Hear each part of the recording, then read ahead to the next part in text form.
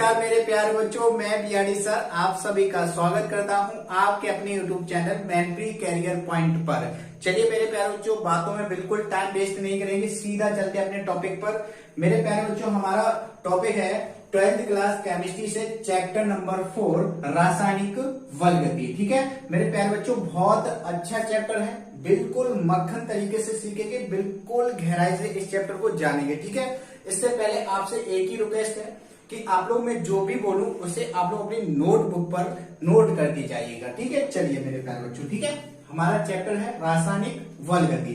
चलिए इसे ही जानते हैं। सबसे पहले रासायनिक वलगति क्या होता है, तो ध्यान से समझिएगा बेटा। ये आपका इंट्रोडक्शन मान लो इंट्रोडक्शन है, ठीक है, आपका एग्जाम में नहीं पूछा जाएगा, लेकिन आपको पता होना चाहिए कि रासायनिक वलगति क्या होगा। ठीक है मेरे प्यारे बच्चों, तो किसी रासायनिक अभिक्रिया के वेग परिवर्तन की दर को, ठीक है मेरे बच्चे, मैंने क्या बोला, किसी रासायनिक अभिक्रिया के वेग परिवर्तन की दर को रासायनिक वलगति कहते हैं। ठीक है मेरे प्यारे बच्चों, किसी रासायनिक अभिक्रिया के वेग परिवर्तन की दर को रासायनिक वलगति कहते हैं। ठीक है, चलिए इसमें सबसे पहले हम लोग जानेंगे औसत वेग।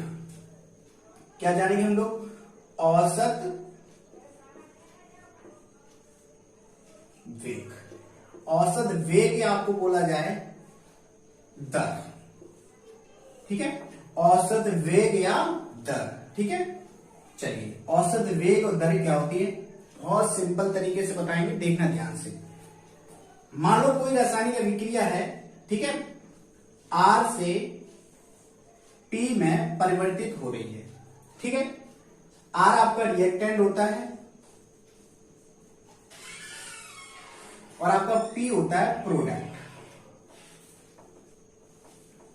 ठीक है, ये कोई रासायनिक अभिक्रिया है, R से किस में परिवर्तित हो रही है, P, यानी R आपका हिंदी में बोले तो हिंदी में मेरे बच्चे ये होता है अभिकारक।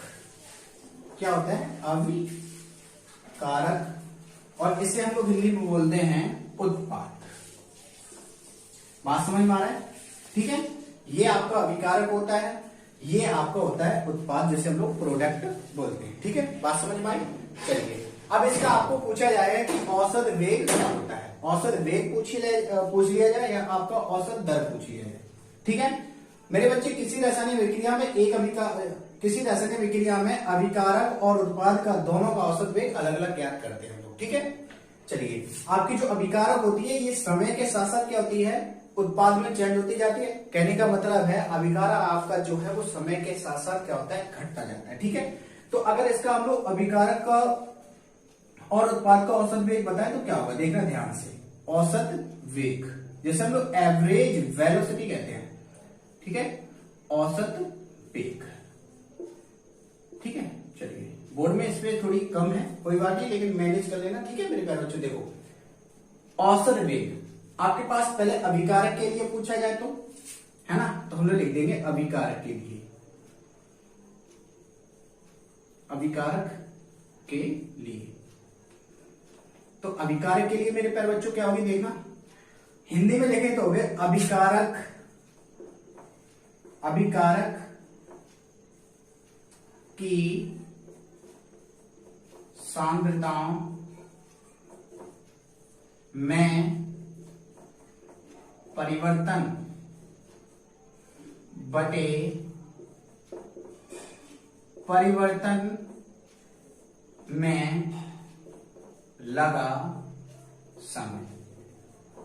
ठीक है, अभिकारक की सांद्रताओं में परिवर्तन और परिवर्तन में लगा समय। ठीक है, तो हम लोग अभिकारक की सांद्रता परिवर्तन हम लोग किससे डिनोट दे रहे हैं, हम लोग अभिकारक को R से, तो हो गया डेल्टा R अपॉन परिवर्तन में लगा समय। समय हम क्या ले लेंगे, T, तो delta R upon delta T।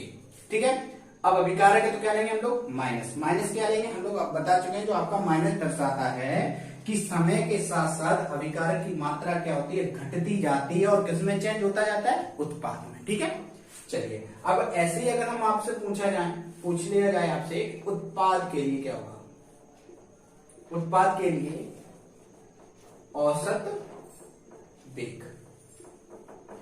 ठीक है, उत्पाद के लिए औसत वेग क्या होगा, उत्पाद की सांद्रता में परिवर्तन बटे परिवर्तन में लगा समय। ठीक है, अब बेटा उत्पाद है तो उत्पाद क्या ले लेंगे हम लोग, P। क्या हो जाएगा, delta P upon delta T। ठीक है, बात समझ में आ रही। तो हम लोग औसत वेग क्या लिख सकते हैं एक साथ में, औसत वेग क्या होगा देखना ध्यान से, minus delta R upon delta T comma plus का डेल्टा, सॉरी ये प्लस का होगा इसमें, प्लस का delta P upon delta T।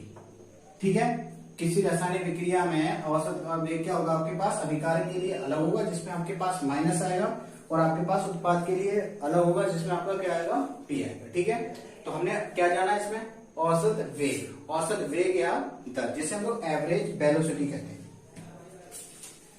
ठीक है, क्या बोलेंगे, एवरेज वेलोसिटी। ठीक है, अगर आपके पास अभिकारक के लिए बोला है तो क्या लिखेंगे, अभिकारक की सांद्रताओं में परिवर्तन बटे परिवर्तन में लगा समय। ठीक है, तो आपके पास अभिकारक समय के साथ साथ क्या होता है, घटता है, तो समय के साथ अभिकारक घटना है तो माइनस चिन्ह आपके पास क्या दर्शा रही है, घटना दर्शा रहा है। ठीक है, और उत्पाद की सांद्रताओं में परिवर्तन बटे परिवर्तन में लगा समय, तो उत्पाद के लिए तो हम लोग ले लिया P और डेल्टा P क्या लिया, समय लिया। ठीक है, एक साथ हम लोग इसे क्या लिख सकते हैं, तो औसत वेग बराबर सीधा लिख सकते हैं हम लोग क्या, minus delta R upon delta T जो आपके अभिकारक के लिए होगा, और उत्पाद के लिए लिखा जाए तो क्या होगा, प्लस का delta P upon delta T। ठीक है, चलिए जल्दी जल्दी इसका स्क्रीनशॉट लीजिए एकदम फटाफट।